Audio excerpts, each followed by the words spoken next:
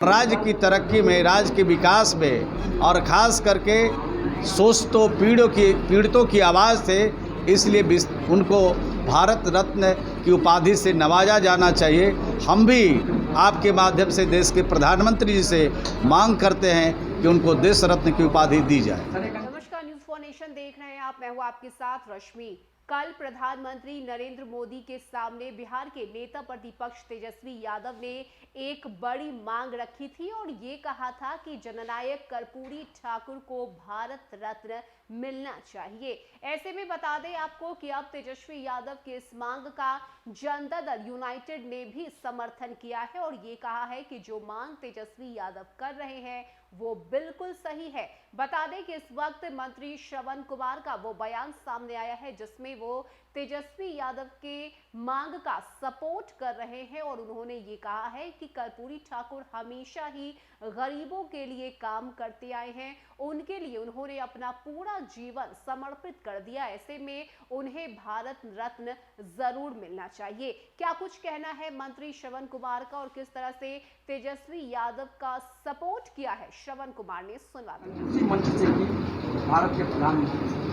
भारत के प्रधानमंत्री जी के सामने जननायक कर्पूरी ठाकुर को भारत रत्न देने की मांग उठाई थी, लेकिन ये मांग उससे कवल से ये मांग उठ रही है और इसके कवल से ये मांग इसलिए उठ रहा है कि जननायक कर्पूरी ठाकुर गरीबों के मसीहा थे, झोपड़ी के लाल थे। हमेशा गरीबों की भलाई के लिए उनका प्रयत्न चलता रहा, जीवन प्रयत्न करते रहे और राज्य की तरक्की में, राज्य के विकास में और ख़ास करके शोषितों पीड़ितों की आवाज़ थे, इसलिए उनको भारत रत्न की उपाधि से नवाजा जाना चाहिए। हम भी आपके माध्यम से देश के प्रधानमंत्री जी से मांग करते हैं कि उनको देश रत्न की उपाधि दी जाए। सर, एक अंतिम सवाल आपकी विभाग ने दूसरे किस्त के लिए भारत सरकार को पत्र लिखा है, जो अलॉटमेंट मिलना था, क्या वो मिल गया? नहीं, भारत सरकार से हमें प्रधानमंत्री आवास में पैसे प्राप्त हो चुके हैं, लेकिन मनरेगा में जो हमारे मज़दूरों के वेजेज हैं, दैनिक मजदूरी जो हम लोग देते हैं, मनरेगा में एक दिन काम करने पर 210 रुपये का भुगतान करते हैं, वो भारत सरकार के माध्यम से होता है।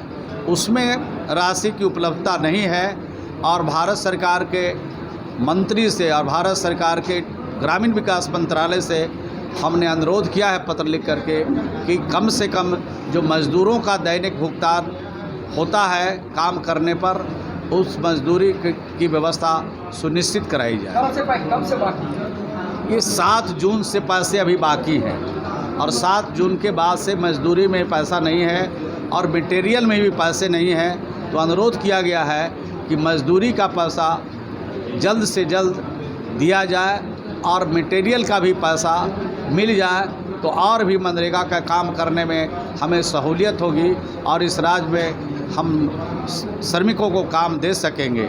अभी आप देख रहे हैं कि सुखाड़ की स्थिति भी बन रही है। ऐसे स्थिति में हम ग्रामीण विकास में योजना तैयार कर रहे हैं कि ये जो सुखाड़ की स्थिति अगर आएगी तो उस समय हम श्रमिकों को कैसे काम दे सकें और किस तरह की योजना राज्य में हम ले सकें जिससे किसानों का भी भला हो सके, मज़दूरों को भी काम मिल सके और राज्य में जो आपदा संभावित है उसको रोकने में हम सफल हो सकें। सर, आपके सहयोगी